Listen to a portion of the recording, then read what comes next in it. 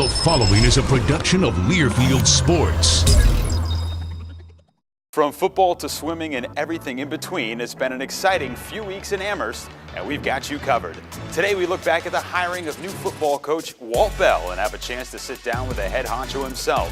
Then we catch up with the newest member of the women's basketball 1,000-point club before stopping by a recent diving practice to learn from some of the best in the A-10. Finally, we look back at a recent mental health awareness initiative our student athletes took part in. With that, let's get going. Grab your crew to come watch the UMass Sports Insider starts now.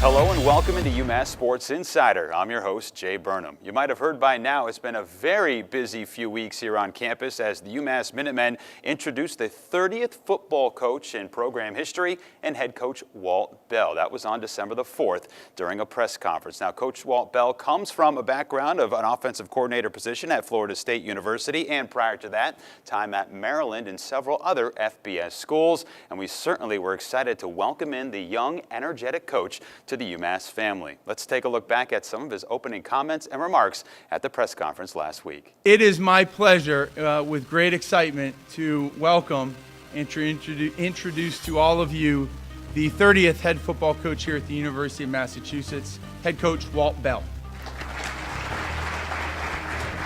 Go ahead and get something out of the way. How y'all doing? All right, I get it. I sound funny, okay, but not nearly as funny as you guys. Just overall, not only from an athletic department, but from an institution itself, just the momentum that we have. You see our men's hockey team, you see our men's basketball team, you see all the growth that we have, and that's for a reason. Things like that do not happen by accident. And so for me, how excited that I was just to show up and be a part of that momentum. Because tides raise all ships, and that will rub off on us and it will help us be successful at the end of the day. Ryan alluded to this earlier about recruiting, and to me that's obviously an order of things in terms of what do you got to do in your first 10 days, your first 50 days, your first 100 days, and we all know that signing day is looming. But more importantly than that is culture building. Okay, X's and O's don't win, culture wins. Okay, and I wasn't the first to say it, but I will be the first in line to raise my hand and say that it is the truth.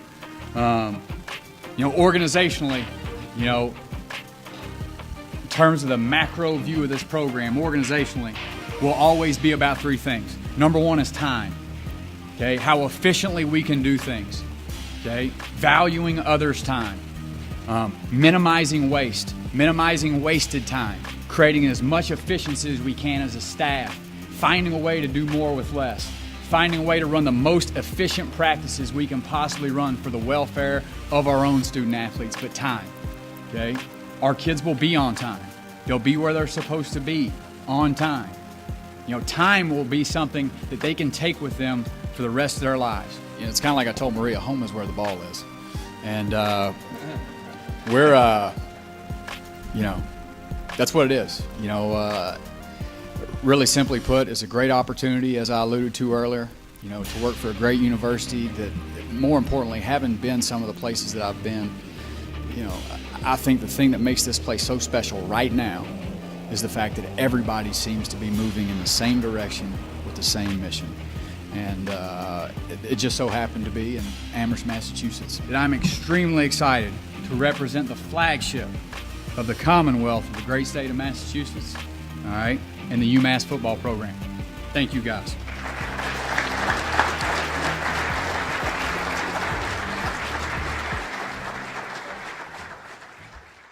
Some inspiring words from head coach Walt Bell, and fortunately for us, we were able to sit down with him and the athletic director Ryan Bamford after the press conference to get their thoughts on the past and the future of the program. He was as prepared for that interview as anybody. Honestly, anybody I've interviewed at my time in UMass. I've got three really simple goals in my life. I've got one professional goal, and that is one night, one time, to have a chance to be the best in the world. Now, how you define world is really up to you, but that's it. One night, one time, I want to feel like what it feels like to be the best in the world. Personally, I've got two goals. Number one is to help people be better people. I was put on this planet not to coach football. You can help people in anything that you do. And so number one is to help people be better people, put a smile on people's face, whether it's a social interaction, whether it's somebody in this building, whether it's a handshake, whether it's a pat on the back, whether it's being whoever they need you to be for that moment. You know, and then number two is be a better dad. Ultimately, someday when I'm lucky enough to have children, is be a better dad than my own dad. And that's a high standard to live up to, but you know, those are the three things I want out of life, and hopefully I can help other people.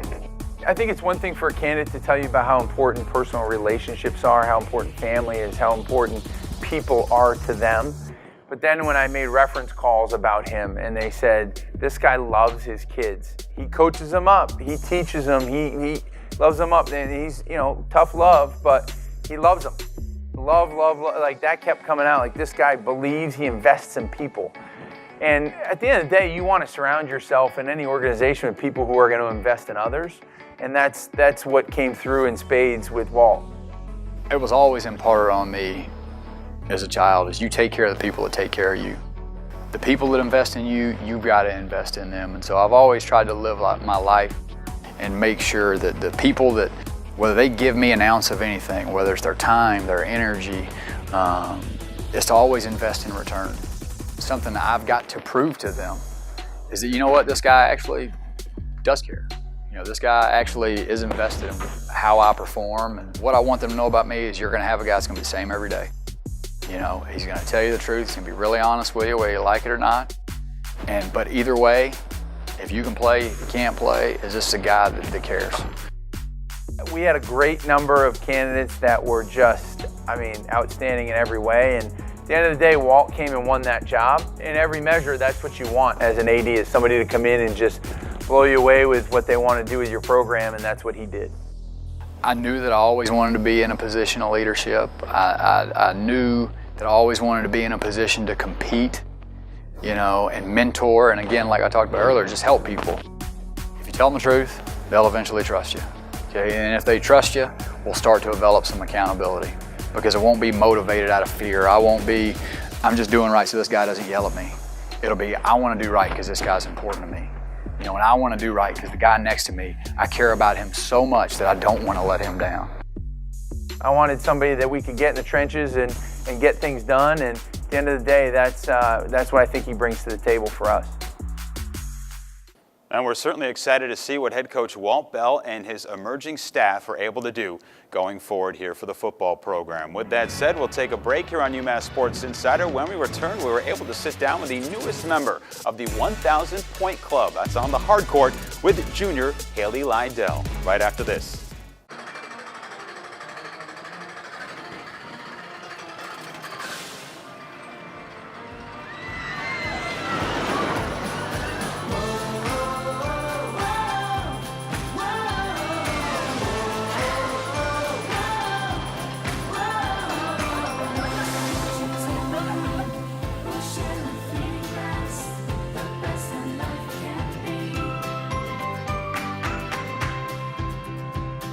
The Learfield Directors Cup, the highly recognized mark of distinction in college athletics across all divisions, both men's and women's sports.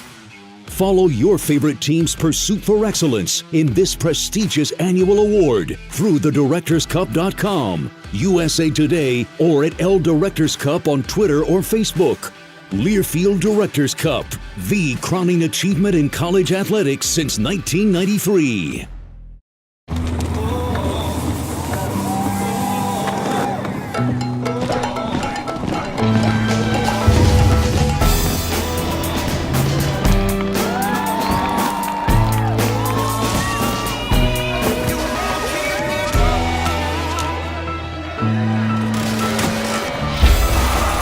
The best of Las Vegas is coming to the heart of New England. This is a first.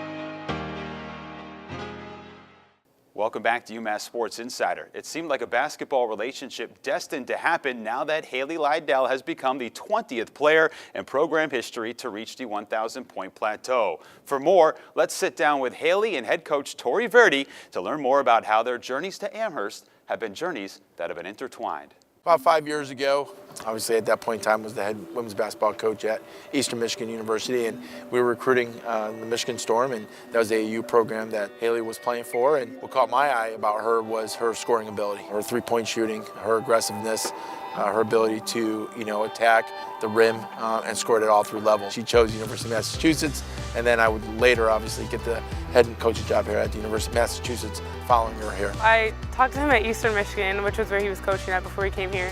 And I met him and his coaching staff, and I thought they were great. Like, I loved all of them. And I remember my travel coach called me saying that there was a really good chance that Coach Verdi was coming in, which obviously I wasn't expecting.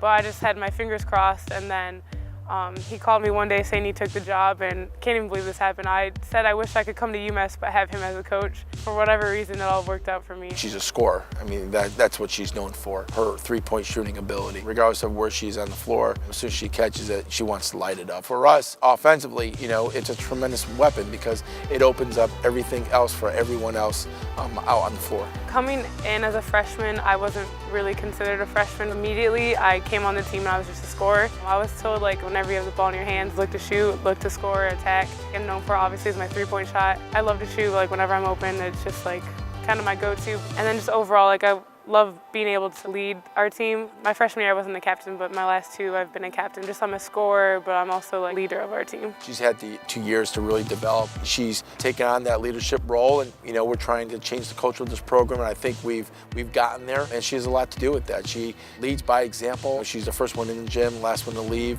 She's always getting up shots. She's always encouraging her teammates to follow her lead and get in the gym, and we need that. She's clutch down the stretch. Regardless of who it's against, she'll figure out how to get the ball up in the basket, late game situations. I've been part of, 3, game winners with her, in particular. We won last year at the buzzer at Rhode Island because of her. She hit about a 30-footer at Davidson at the buzzer, and then she hit another, maybe 30-footer at against Montana out in Iowa. So for her to hit 3 game winners for us, it tells you everything that you need to know about Haley Lydell. I would say for me probably at Davidson when I hit a buzzer beater. I think we were down for like a lot of the game. We were just trying to come back and maybe going back and forth at the end. And it was just crazy because that's like something a lot of players dream about. And then just so like my teammates had the confidence to like put me in that position, and then knowing that Coach Verdi had the confidence to let me shoot that shot and just make it, and then celebrating with them. Something like that happening to you as a player, you can't explain the way it makes you feel, like the confidence it gives you. I made a game-winning shot. Like that's something that you just use and it kind of carries through with you for your career. It's a great moment to share. Respect her so much. I respect her for what she's done for this program thus far. I'm excited about the future. I'm excited about what she's going to do, this season and next season. But to share, those 2 moments, and when she came out to receive her basketball for a 1,000-point, I told her, I said, well, hopefully we'll be doing this again at 2,000. Cool that it worked out that way. I mean, he has so many more wins to go, and the same thing he said to me, he was like, here's to 1,000 more. I think it was just a cool moment to celebrate what we've achieved, but we both know that there's so much more in store for us. Such a great story for Haley and her journey to UMass, and we certainly hope that she gets another 1,000 points before she reaches graduation here on campus. It's time for another quick break, but when we come back, our student athletes recently took part in an Atlantic 10-wide initiative to bring awareness to mental health. We'll take a look at what they did and how they are working to combat those issues. Stay with us after the break. In the Atlantic 10, she can compete. She can win.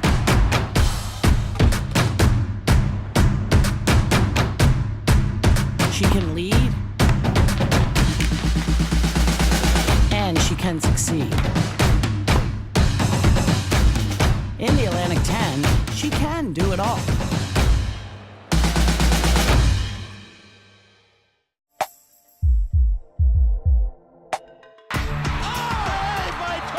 Prairie. I think he made 60 saves against Boston College. Maine winning in overtime, triple OT against UMass. I'll always remember Kevin Law picking up the Hockey East trophy and hoisting it. Who will make history this year at the 35th Hockey East Championship? Get your tickets at the TD Garden box office or Ticketmaster.com. That weekend here in March, playing down here at the Garden, those games are always a fan's dream.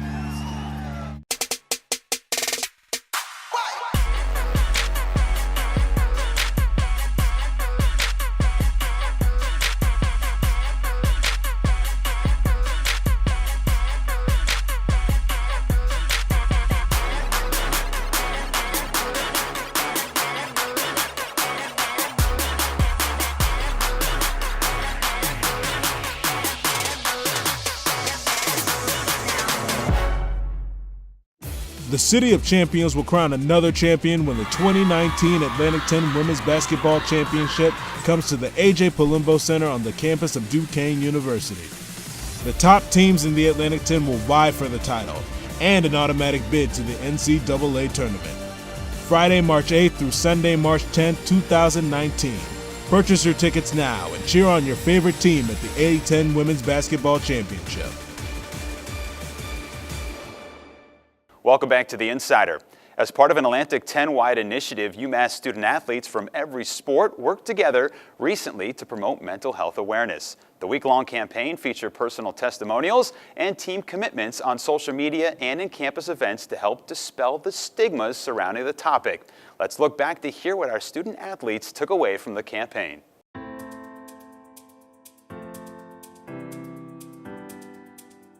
Mental health is definitely, as a student athlete, it's the ability to have the awareness of and occupy the space around you and the world around you so that you can, focus and do what you're supposed to do when you wake up. It's hard when you have so much bearing on you day in and day out and you feel like no one's listening to you, you feel like you don't have any help. In every community that I have ever been involved with, I know someone's struggling. I think that's what really pushed me, just to make an impact on my fellow students who need it. This community is a lot more open than I thought it was, and there's so many more people that will listen to what you have to say. It's important to just listen to people that are on your team, because you never know what somebody's going through. Not everyone knows a lot about mental illness and mental health awareness, but yet so many people are coming out here supporting me, supporting their teammates with mental health, and I just think it's crazy to see how many people are open to talk about mental health. You have all the support that you need around you, you just need to find it. You just need to find those people that are willing to help you. I learned how important it is being a teammate and how we can impact each other so much because of everything we go through and how it's so important to have each other's backs. I really enjoyed watching Kevin Love talk about his mental illness, and I think it was really important because it shows that everyone is going through something that you can't see. And it's really important to listen to all your teammates and be there for them. I really liked about how he talked about the things he faced and how he had gone into his training room because he was just trying to get away from everybody else with that anxiety attack because he didn't want anybody else to see that, and how now he can talk about that and show other people that you don't have to try to hide those things and that you can talk to other people so they can help you through it. I was diagnosed with depression at a very young age, so I've always been struggling with that. It was a constant battle throughout middle school and throughout high school, understanding my own mental illness and the ways it impacted me. In high school, my junior year, where I actually had a panic attack mid-race for my winter track season my junior year, I wasn't able to finish the race as I went down into a complete panic attack. I was so embarrassed. I didn't want to say, I have anxiety, it was a panic attack. I blamed it on other health issues. And I think it really moved me after the death of a really close family friend. His suicide really moved me to kind of come out about mental health and how important it is to talk about it.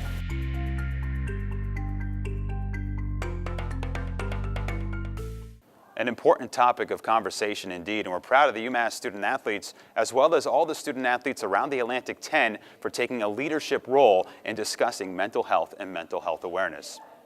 Now let's move on to Joseph Rogers Pool, where some of the UMass best athletes train. The diving programs annually are one of the best groups in all the Atlantic 10, with UMass consistently winning the events each February at the league championship meet. And so it's only fitting that we have the best of the best to teach us exactly how to, do those dives. Remember, keep your splashes small.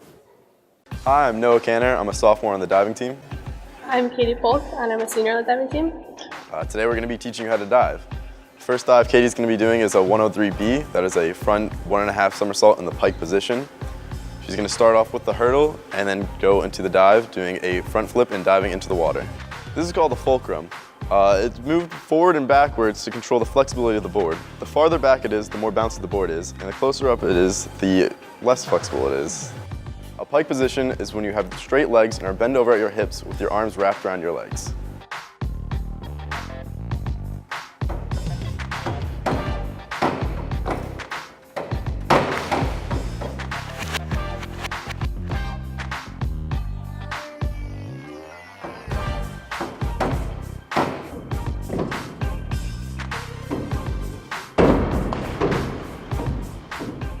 So now to get ready for the next dive, she's going to use her chamois to dry off. It's a little piece of cloth that is really absorbent. It helps dry off and so you don't slip out of your pike or your tuck whenever you're doing your next dive. Now we're going to be doing a more advanced dive, a 105B. There's a front 2.5 somersaults in the pike position.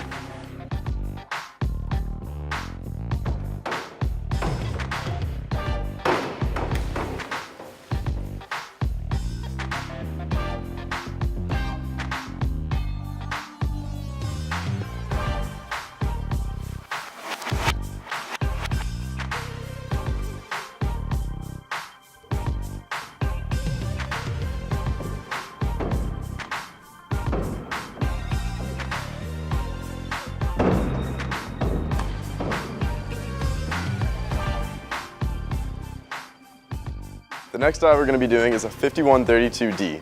That is a front 1.5 somersault with a full twist in the free position.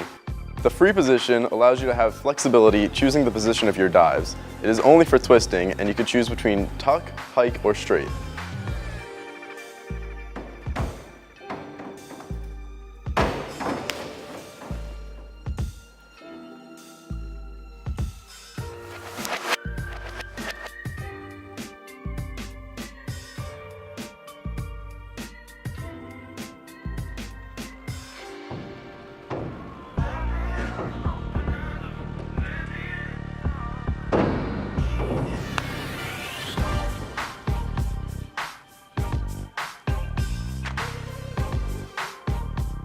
I hope you enjoyed watching and learning how to dive. Be sure to follow us on Instagram at UMass Diving and come to our next meet on January 12th here at Boyden. Thank you for watching. We'd like to thank the divers for taking time out of their busy schedule to teach us a thing or two around the pool. They are off over the holiday break, but we'll be back in competition after the new year. Speaking of breaks, it's time, unfortunately, for our last one. But when we come back, we've got a special holiday-themed lighter side that hopefully will get you laughing. We'll see you on the other side. This is the place where planets collide, where Pulitzer and Fulbright are full-time residents, where 28,000 brilliant young minds from 65 countries call home. This is the place that propels the state and lifts the world. UMass Amherst, this is the place.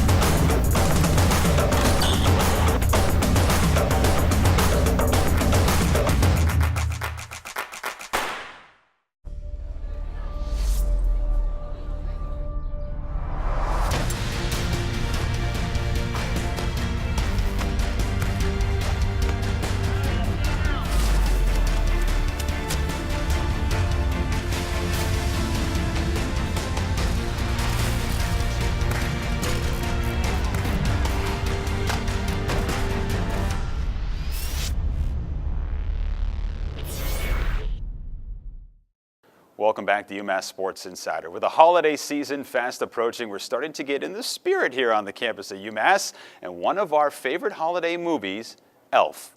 Let's see how many of our student athletes know the details of an iconic scene in the movie, Buddy the Elf's very special Christmas pasta recipe. Oh, you want me to name all of them? Okay, so one was chocolate syrup. Okay. Syrup? Spaghetti. Yeah. M&M's. Pop-Tarts. Maple syrup. Spaghetti. Syrup. Chocolate syrup. Like maple and chocolate. M&M's. Pasta, syrup, M&M's. Oh. Spaghetti. Well, I said pasta, spaghetti. A lot of sugar, just sugar in general. He was making this like spaghetti, but it had all dessert stuff. Because he's like from the North Pole, you know, they eat sweets and stuff. Like literally all candy. Like oh, I don't know what else there is. Keep going off Pasta the candy, and there's pasta, syrup, marshmallows. Well, there's spaghetti. You got syrup. Definitely some type of marshmallow. Marshmallow. Candy corns, candy canes. Marshmallow. Oh, that's that forest. Sprinkles. Ooh. One more. You got pasta. You got syrup. You got M&M's. You got chocolate syrup. You got, I think there's sprinkles. Whoa. M&M's. Chocolate chips. Peppermint. Does he put just sugar on it? Maybe some sprinkles. Chocolate sauce. Pasta. Syrup. Mini marshmallows. Chocolate chips. Pop-Tarts. Cereal. How many are we at? There's spaghetti, marshmallows, sugar, Maple syrup. just straight sugar. Gummy bears. Gummy worms. It's a gummy. My bad. Marshmallows. Marshmallows was it. It was Gingerbread. what? I don't know. They had to Spaghetti. Syrup. Does soda count because it was on the side? M&M's. The syrup. We did it! Woo! Took us a while. Softball. Pop-Tarts. Really? Oh, yes!